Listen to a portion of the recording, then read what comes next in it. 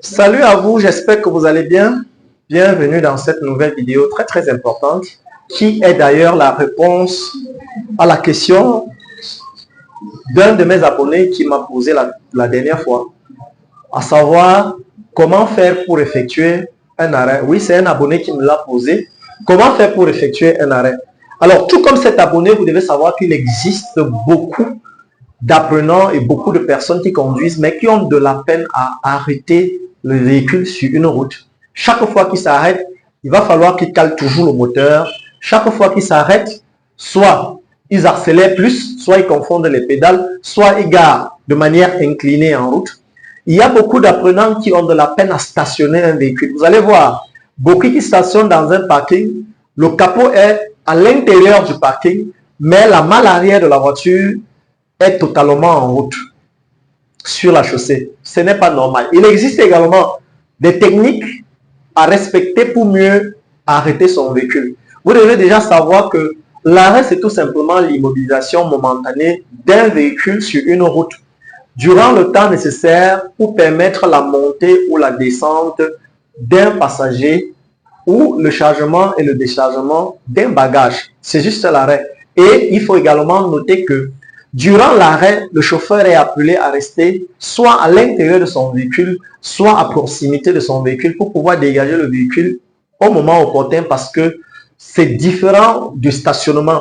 Pour un stationnement, on peut garer et on part loin pour une longue durée. Alors, l'arrêt, c'est tout simplement, on doit rester à côté de son véhicule. Alors, comme je viens de le dire, mes chers amis, comme il existe des techniques pour démarrer un véhicule, il existe également les techniques pour s'arrêter. Alors, qu'est-ce qu'il faut faire? Premièrement, on doit identifier la zone où on s'en va s'arrêter. Ça, c'est la première chose. Vous devez identifier à distance là où vous partez vous arrêter. Deuxième chose, vous devez signaler l'intention. Ça veut dire le clignotant. Si je m'en vais arrêter du côté droit et que j'ai identifié la zone où je dois arrêter mon véhicule, j'active mon clignotant droit.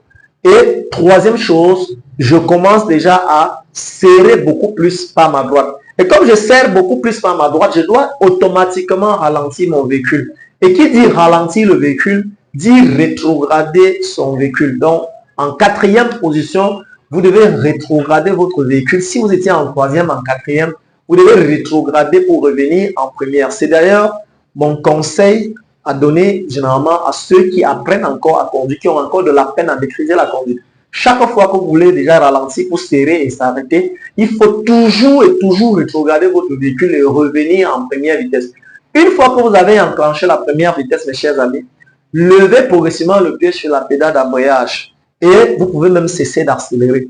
Quand vous levez le pied sur la pédale d'embrayage, ayant déjà passé la première vitesse, le fait de lever le pied sur la pédale d'embrayage vous permet déjà à la voiture de s'avancer progressivement vers l'endroit où vous partez vous arrêter. Et maintenant, si vous avez levé le pied sur l'embrayage, la voiture ne s'avance pas trop vite, vous pouvez légèrement poser le pied sur la pédale d'accélérateur et puis l'appuyer au fur et à mesure, juste simplement, pour vous avancer progressivement vers l'endroit net où vous partez vous arrêter. Une fois que vous êtes peut-être à moins 5 mètres de l'endroit net où vous partez vous arrêter, vous enlevez simplement le pied sur la pédale d'accélérateur, vous posez ce pied sur la pédale de frein, vous commencez à freiner de manière progressive, petit à petit, et de l'autre côté, vous envoyez directement le pied gauche sur la pédale d'embrayage, vous appuyez totalement la pédale d'embrayage, et en serrant totalement la pédale de frein, les deux pédales au fond, au même moment, et puis votre véhicule s'arrête totalement. Ça, c'est l'immobilisation totale du véhicule. Une fois que vous avez réussi à immobiliser totalement le véhicule, vous maintenez les pieds à fond sur la pédale d'embrayage et sur la pédale de frein. De deux, vous coupez le moteur. De trois, vous tirez le frein à main. Et en ce moment, vous pouvez lever les pieds sur la pédale d'embrayage et de frein. Bon, ça, c'est le cas où on s'en va stationner. Maintenant, si c'était plutôt un arrêt en route, en circulation, peut-être face à un feu rouge, soit pour faire monter ou descendre un passager, il fallait simplement cesser d'accélérer et aussi rétrograder pour ne pas oublier après, appuyer, commencer par freiner et appuyer directement la pédale d'embrayage et serrer totalement la pédale de frein et vous arrêter. Une fois que vous vous êtes arrêté, si c'était au feu rouge par exemple, et que vous allez repartir d'un moment à l'autre, quand les feux vont changer et revenir au vert, alors vous allez commencer directement à chercher le point de patinage, la vibration. On commence à chercher la vibration et on maintient. Dès qu'on obtient la vibration, on maintient le pied à ce niveau. On attend simplement le changement des feux. Une fois que le feu revient au feu vert, vous libérez simplement le pied sur la pédale de frein. Si vous avez obtenu la bonne vibration, dès que vous allez lâcher la pédale de frein, la voiture va se mettre à avancer. Et quand ça se met à avancer, mes chers amis, ne lâchez pas directement la pédale d'embrayage. Libérez progressivement la pédale d'embrayage au fur et à mesure que le véhicule va rouler. Mais si vous lâchez la pédale de frein, ayant obtenu la vibration, le véhicule ne bouge pas. Ça veut dire que c'est une fausse vibration. Vous partez sur la pédale d'accélérateur, vous caressez légèrement l'accélérateur jusqu'à la vibration disparaît, soit jusqu'à l'aiguille du compte-tours du tachymètre monte jusqu'à 1500 ou 2000 tours par minute. Vous maintenez l'accélération à ce niveau-là et puis vous faites semblant de lever le pied sur la pédale d'embrayage. Vous allez voir que votre véhicule va décoller. Mes chers amis, voilà les explications, quelques explications que je tenais à vous donner concernant l'arrêt d'un véhicule. Donc, vous devez savoir que tel qu'il existe des techniques pour démarrer, il existe également des techniques pour s'arrêter en route.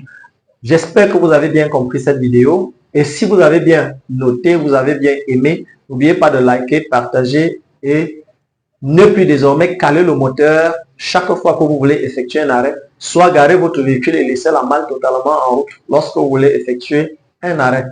Merci.